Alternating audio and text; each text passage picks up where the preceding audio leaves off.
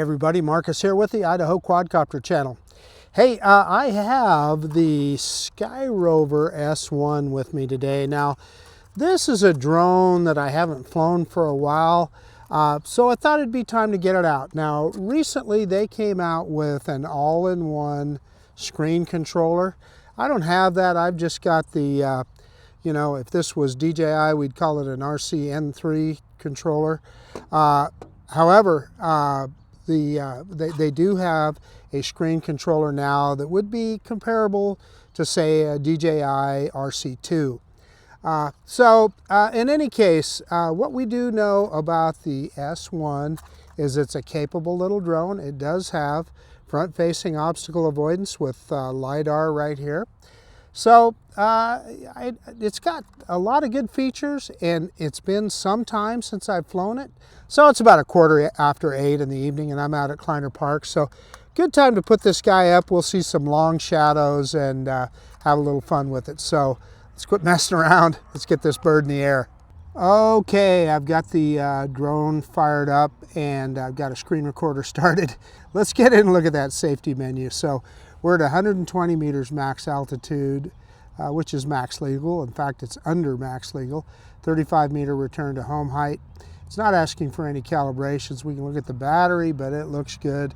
And I did charge this battery a couple days ago, so it's at 95%. So not a completely full charge. We're going to shoot in 4K, 60 frames per second. And yeah, we might as well start recording now. So let's do that. So we got our recording started, so nothing left to do but take off here. So I'm going to hit that takeoff button on the app, holding it down. And yeah, it's nice and stable as we would expect the Skyrover drone to be. Okie dokie, let's spin this guy around, and we'll bring it in closer to the camera here. Bring it in. Let's see. How close will the obstacle avoidance let us get? Well, as it turns out, pretty darn close. So that's a good thing. All right, let me kind of adjust the vector here, and we'll do our droney. So reverse and up now.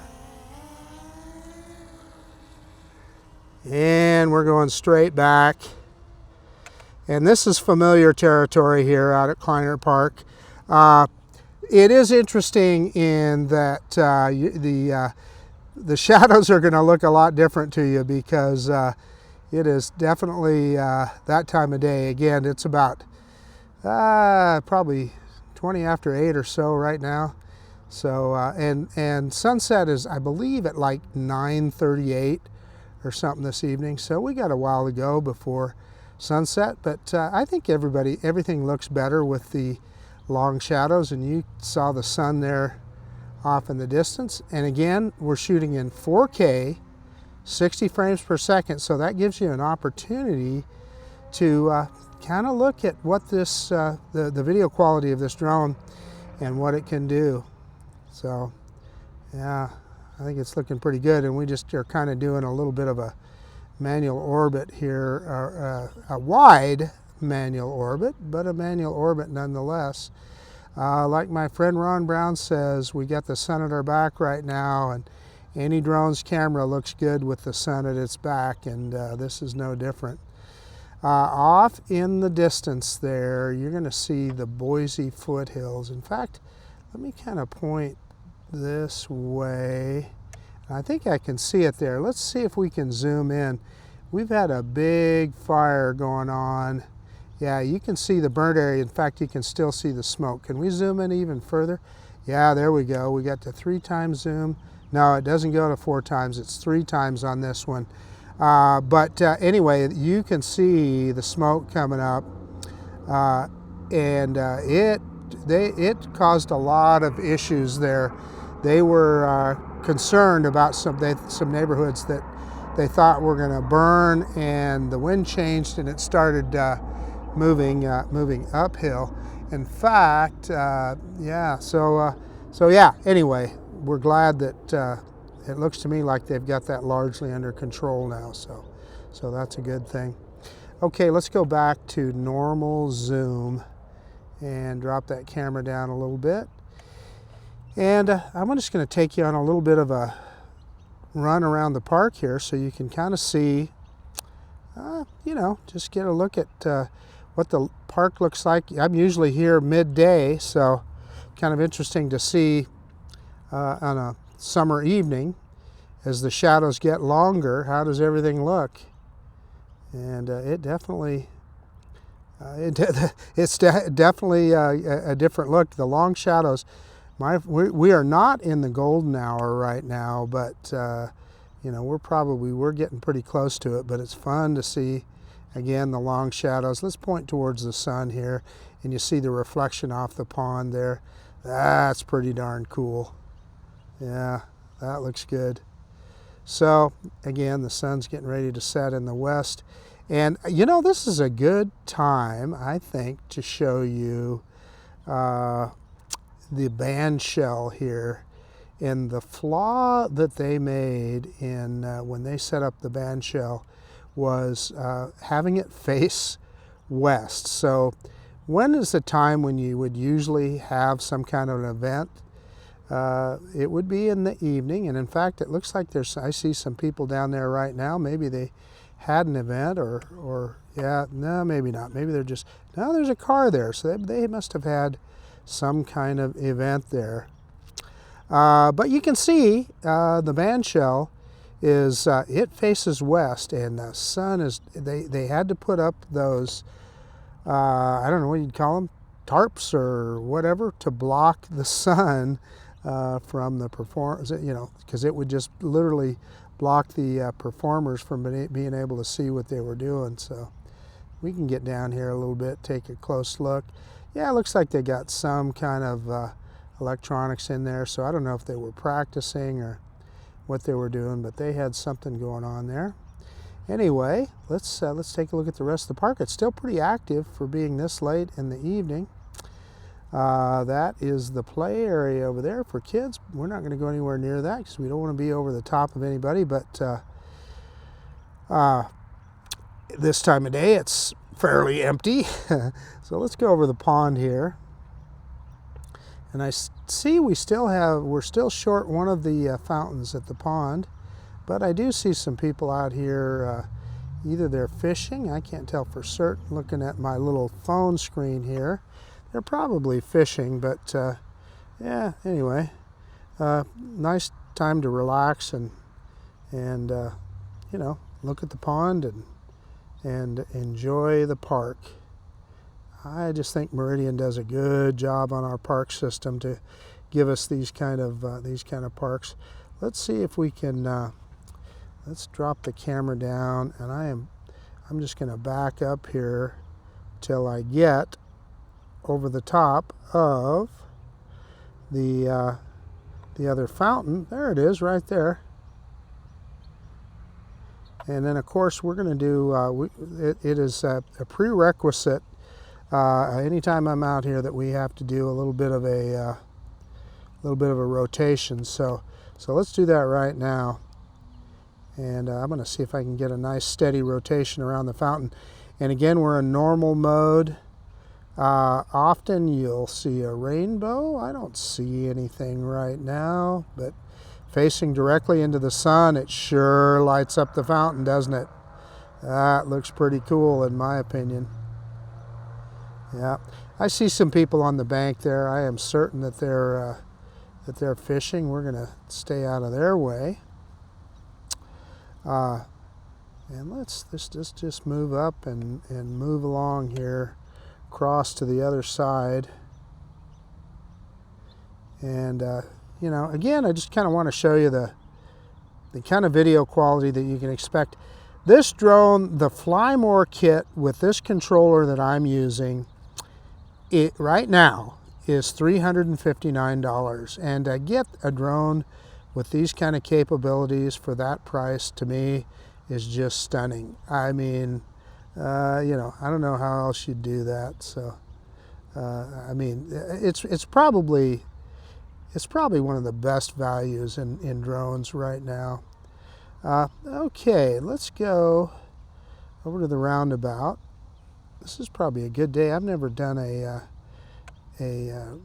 move on the roundabout this time of day. So let's get it right over the top of it. See if I can center up on it and drop that camera straight down. And let me back up just a little bit. I'm going to center up on it here, move it over just a little bit. And let's see if we can do a rise and reveal of the park at the same time. So we're orbiting, this is all on that right stick, pushing it up and to the right. And as we start looking at the park here, and I'm kind of speeding it up too much, but yeah, then we get a reveal of the park. This looks pretty darn good, and we're at about 85 meters high here, so, which, yeah, it's giving me a wind warning. Holy cow. I didn't feel like we had that much wind, so I'm going to drop down here. But let's look at, wow, as soon as I say that, I see the trees starting to blow here. Kind of interesting. There was absolutely no wind earlier. I can tell you one way we can check is look at the flagpole here. And I know there's some people parked on the other side of that, so we're not going to go over the top there. But yeah, there's a little bit of wind. You can see the flags flying. But what I do want to show, I want to go through through some of the features of this drone for you right now. In fact, let's bring it back towards us. Let's throw it in sport mode here. So I got it in sport mode. Let's just crank this baby up. See how fast we can get up to. Yeah, 15. We should be able to get to 16 meters per second. 15.9. Yeah, not quite 16, but close enough for, and again, I'm getting a wind warning, and I'm looking, yeah, it's just not that windy right now. I don't know. Maybe I'm blocked a little bit, but the wind warning went away. It's kind of interesting how that just came up pretty suddenly. Okay, so what can we do with this guy? I'm going to stop recording, and I'm going to click on the little what looks like a camera up above the record button. And well, you know what? First, I'm going to show you. You can switch to vertical. So right above the 1X, if I push on that, it will physically switch that camera into vertical mode. So you can do that. You know what? Maybe I'm wrong about that. I'm pretty sure it flips the camera, but I'm seeing stuff off to the side. But anyway, regardless. Boy, and I'm getting that wind warning again. But let's click here and look at video. So we can do slow motion. And if we click on slow motion, we can go 1080p, 100, I'm going to see, yeah, we can 1080p, 120 frames per second. So, yeah, it's good to know. If you want to get, if you've got some movement that you want to show slow motion, you can do it right there. So we're going to go back into normal video, but let's click on photos and show you what you got there. So you've got, of course, single photos, and we ought to take one of those right now. Let's do that. And then you also have automatic exposure bracketing. So that's where it'll take photos, underexposed and overexposed photos that you can then put together in post-processing, and it'll take up to 7 of them. So that's pretty good. Or you can go into burst mode. So why would you use that? Up to 7 pictures. Press the button once and it's going to take 7 pictures. Why would you do that? Well, if you're trying to capture some action someplace and you want to make sure you get the right moment, that is the way to do it. And then you have time shot down here. And that is a timer that you would touch. And let's say if you wanted to get into the scene or whatever, you could hit that timer, jump over, get in the frame, and it would then take a picture. So, but anyway, let's go back to single. And then the next thing down, we got quick shots here. So we're not going to do a bunch of quick shots, but we can probably do one. Let me grab some altitude. I got to tell you, the wind is coming up. It's kind of wild here, just coming up all of a sudden.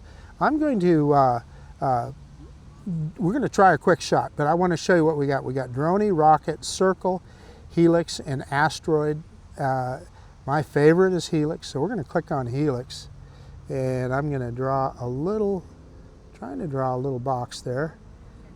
Yeah, so we got that, and our radius, we'll set that out to, we don't need to go too far. Let's set 40 meters, and I'm going to click go, and you can see it's a clockwise rotation.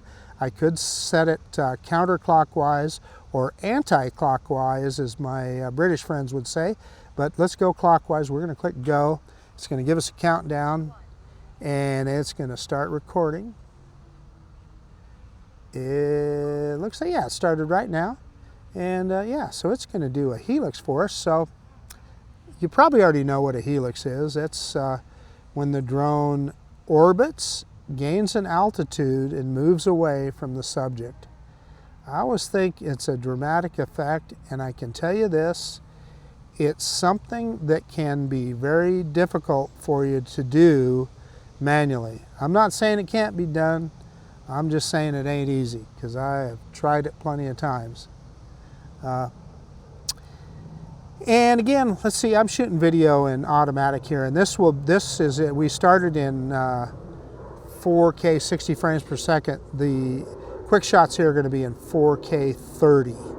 So I'm sure that's for processing power reasons.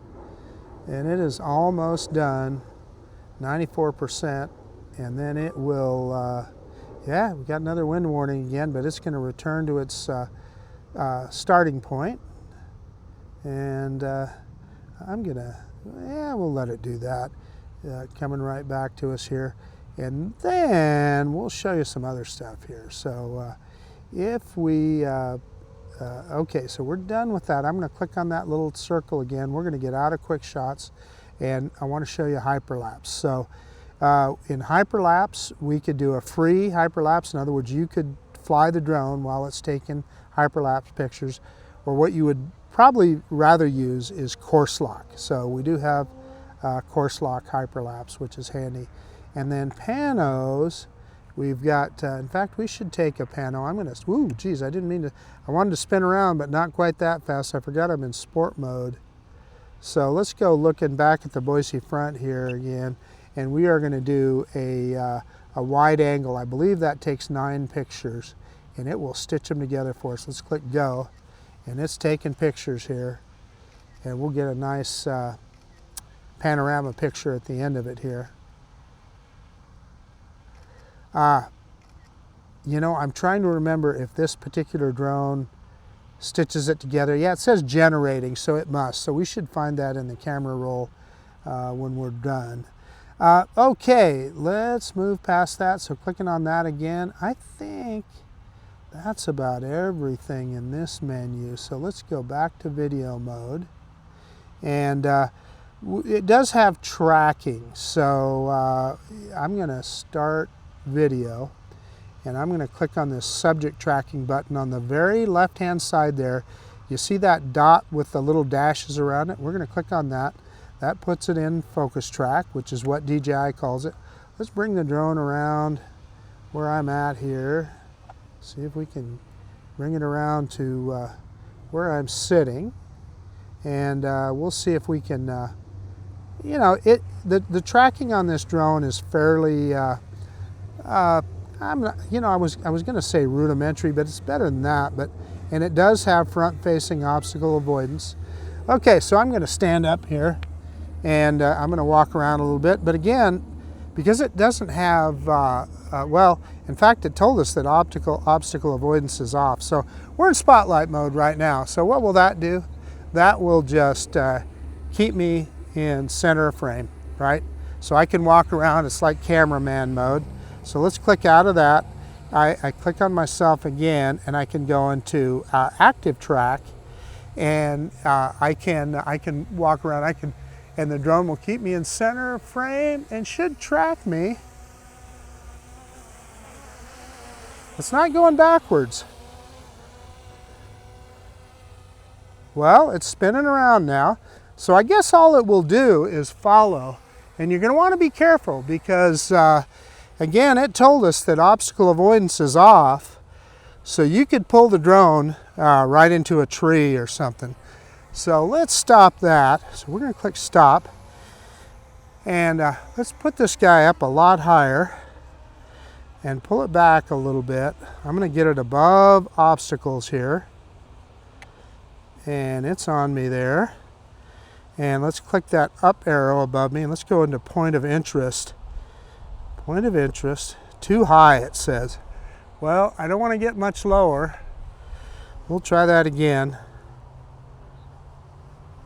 Yeah, it's, you know, as close as we are to these trees, I hesitate to get any lower than I am. Let's try that again. Nah, it's too high. And I'll tell you, I'm not going to, because all these trees around here, I don't want to run the drone into a tree. So let's go back. Yeah, it's in spotlight, so it'll just follow me around. Dropping it down here. And so, yeah, so the drone will just keep me in center of frame.